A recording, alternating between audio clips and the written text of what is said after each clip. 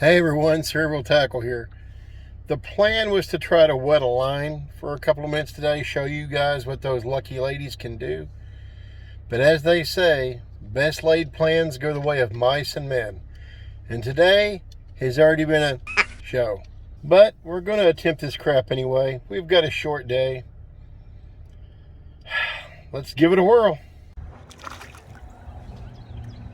Here's one on a lucky lady. Right here, as promised, folks.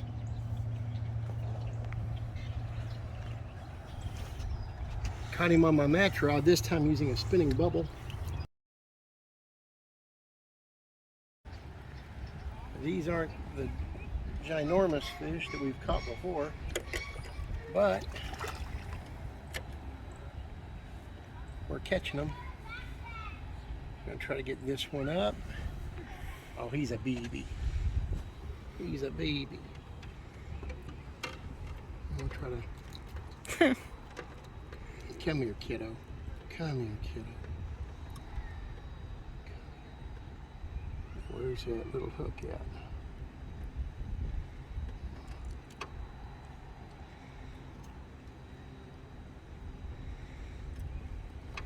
Go back and get bigger.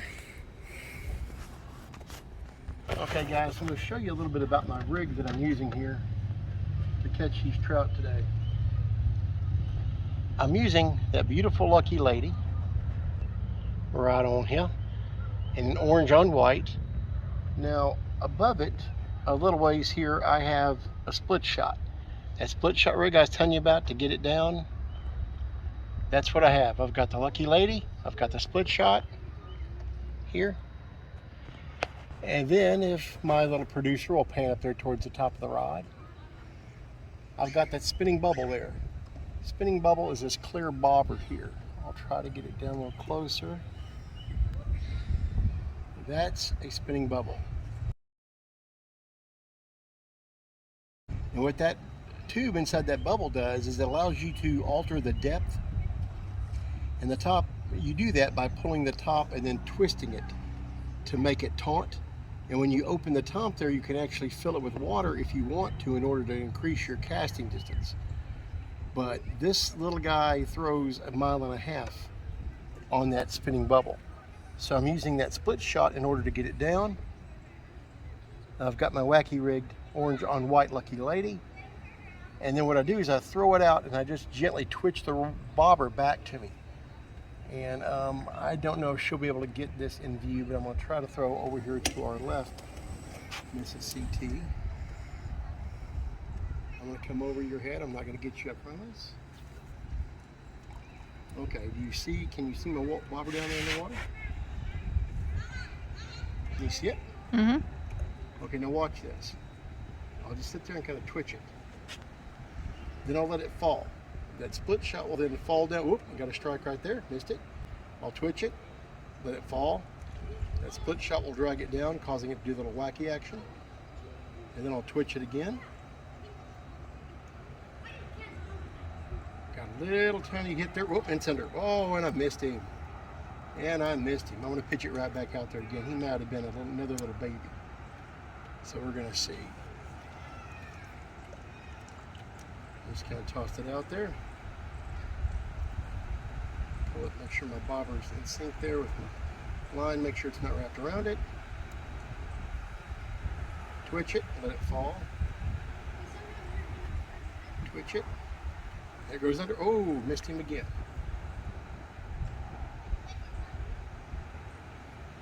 Oh, and it took it under again. I must be missing a lot, folks, because I'm getting a lot of short strikes here. But as you can see, they're hitting it for sure. Another hit. They keep taking this bobber under. I'm going to have to let them swing with it a little bit further. But what I've done is I've adjusted my depth so that I'm in a good spot here. Because this pool I'm fishing here is kind of deep. And so I've given myself, I don't know, 4-foot leader or so. And I have the split shot about, I don't know, about 16 inches above, the worm. I'm in a much better spot then. take it under. Oh, they're eating it. But I'm just not getting the hook set. I mean, they're literally taking it multiple times a cast. See, I even let him take it and come back up with it. Got him that time. And he threw my cheese board. He threw my dadgum cheese. At least I got that on camera.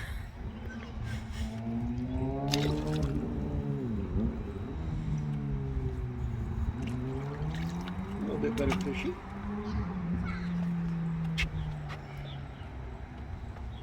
Caught him right in the nose like we like to get him.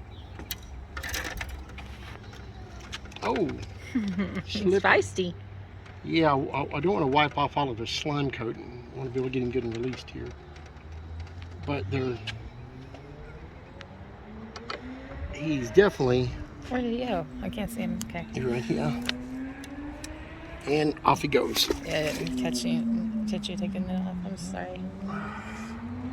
Yeah, okay, there you go. Alright, folks. I'm fishing it like I was, throwing it out, letting the spinning bubble add my weight, and letting the split shot take it down.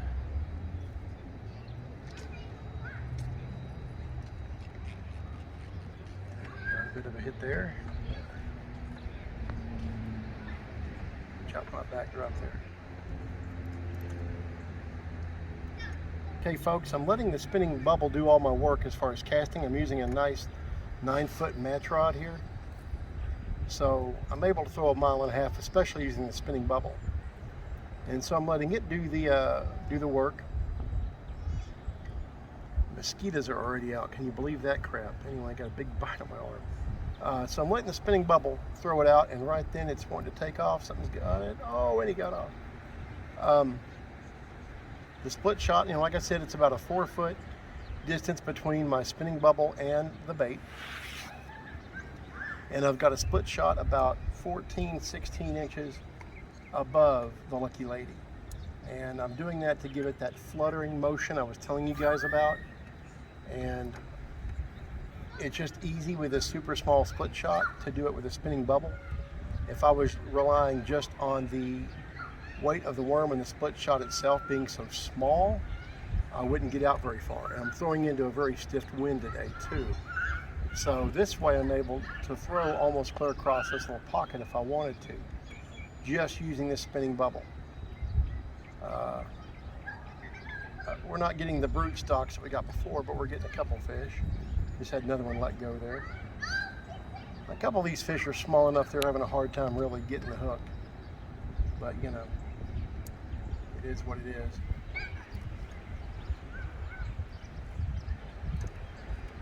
But it's a beautiful day out. We couldn't resist coming out for a little while. We only have a little while. I told you, you know, best laid plans of mice and men. Well, our car scanner wasn't wanting to work. We ran into traffic, all kinds of mess.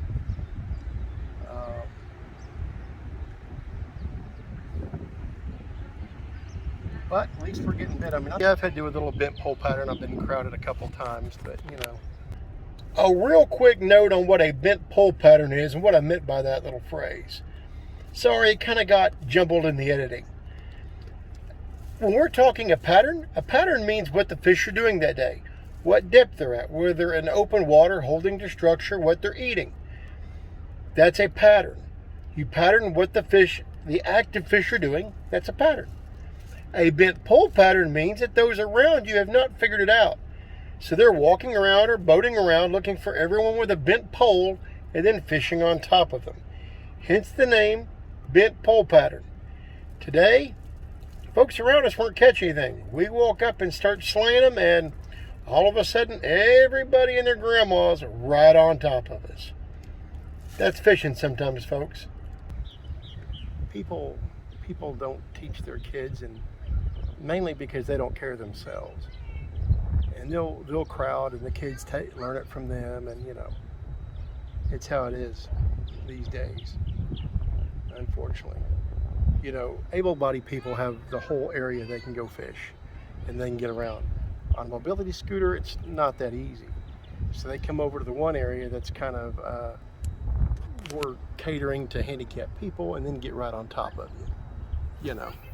And it doesn't help to say anything to the parents because the parents don't care. And the kids sure don't care because they know mommy and daddy will defend their bad actions.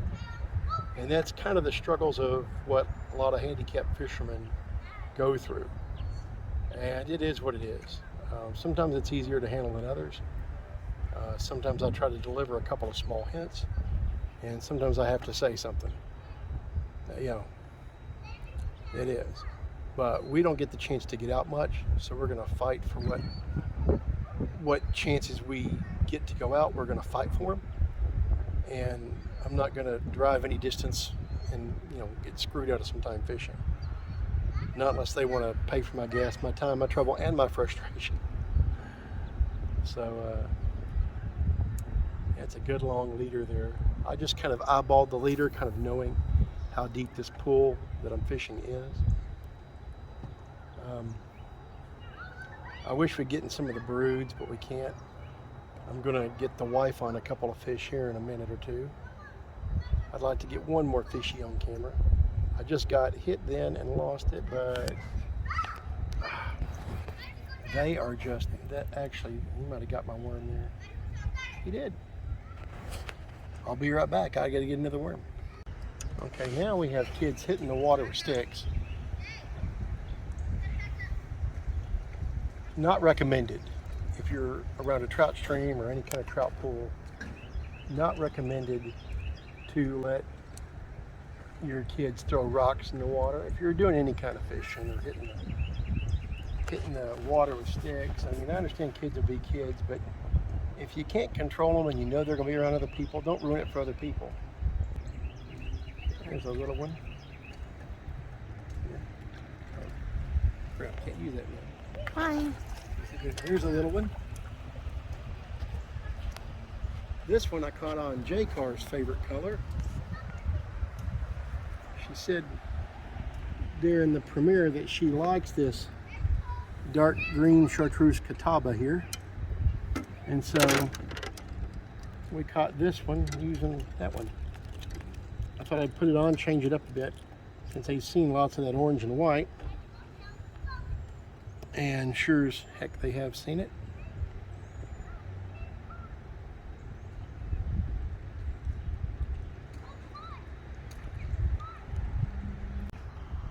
This is that color J-Car was liking. It's kind of a, I call it a dark Catawba. It's kind of a black on Chartreuse. But the black really darkens up that Chartreuse, kind of gives it a good dark Catawba color there. Really like it. The thing about a match rod like this, a long match rod, is it does get kind of difficult to manage with the long rod and having a leader out. The first time I ever ran into a match rod with some guys during a trout tournament once, they were using them for ultralight jigging. You'll see a lot of people saying crappie jigs are ultralight. No, they're not. Crappie jigs are what we call mini jigs. An ultra jig or a micro jig is 1/80th of an ounce to 1/120th of an ounce. Sometimes you can throw in a 64th, but a 64th is just a tiny freaking jig. But a real micro jig, no, it's not a 32nd, it's not a 16th like people will tell you. A real micro jig is along the lines of, like I said, a 1/80th, a 100th, a 1/120th. Oh, I had another one there and lost it. Like I said in the video, there's lots of colors to these Lucky Ladies, and I like them all. You know, I have 17, 18 of them. I found in my reserves that I have some that I don't have in my box that I showed you guys. But I've caught fish on almost every color there is. There's like literally one or two colors that I've never purchased. And I checked the other day, and now they're up to like, I want to say almost 40 colors. So they've really got them. And they've been fantastic. The one link I put in the description to find these things, like I said, go to the link in the description of the other video talking about the Lucky Ladies. The top secret, best ever trout bait video. You'll find the link there. Reed's Cabins has a very good selection of them. and kind of a bit of a color chart there. You can look at pictures, you can look and see and identify the colors with the color number. And there's also a game calls place out of, I forget where off the top of my head, that has them as well. But they're fantastic. As you can see, they catch fish. You know, this is one of the many ways you can rig them. I wanted to show you this way because minus the spinning bubble is one way that I showed you guys on the video the other day. And I wanted to show you that, you know, they really will catch fish. I'm gonna make one or two more casts, then I'm gonna get the wife on a couple fish. It'll be her first fish since her MS diagnosis. This is the first time she's really got to fish since then. And we're gonna try to get her on one.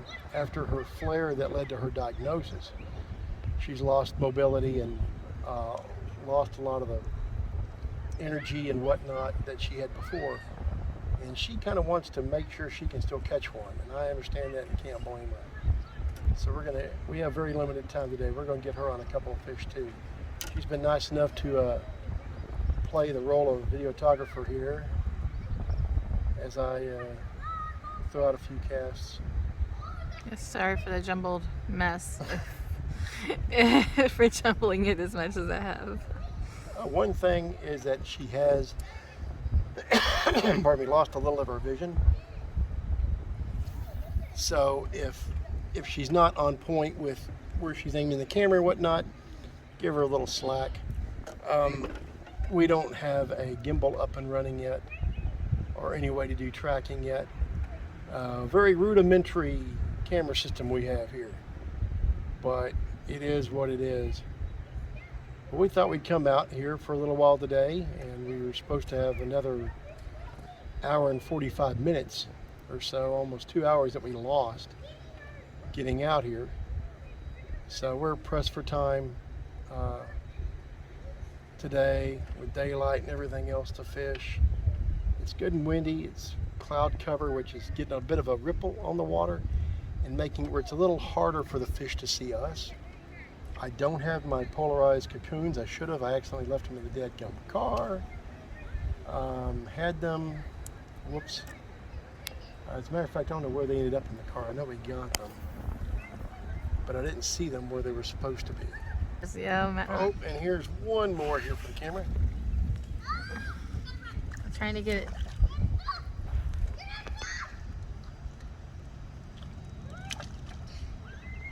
Enjoy a little acrobat show while they're there.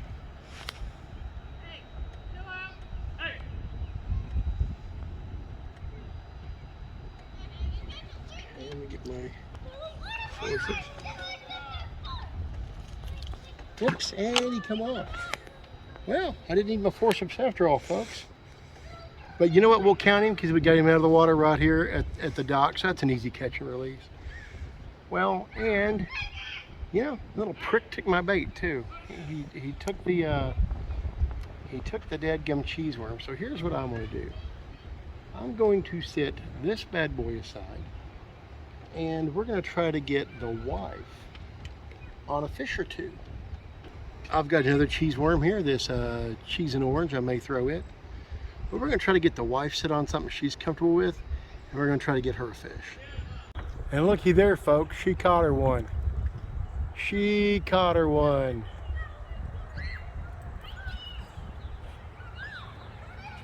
I'll help her take it off. She's got it wrapped around the end of the rod here. Here, why don't you take over this and set that down. Woohoo, I caught one. Whoops. Sorry, he was getting out of my hand, so I had to toss him before he fell on the ground again here. Yeah, there you go, babe. So she wanted to make sure she still had it in her, and she still has it in her. Congratulations, babe. There she goes. She has her another one here. Oh, he come off. He come off. Now she has her another one, folks. Despite some kid throwing a huge log in the water, you know, parents be not parenting. Easy right there. A little trout there on the Panther Martin again. Right down here.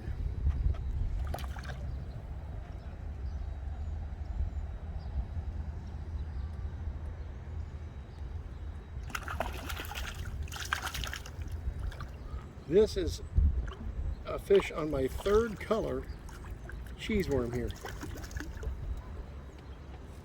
I'm going to go ahead and get my forceps ready, keep them in the water till I do. Get them laid up here where I can get to them. Let's get this little bad boy out. Again, not great size. But fun fish. Yeah, but they're fish. I wish I could show you some of the larger size that we catch on these Lucky Ladies, but today just ain't the day.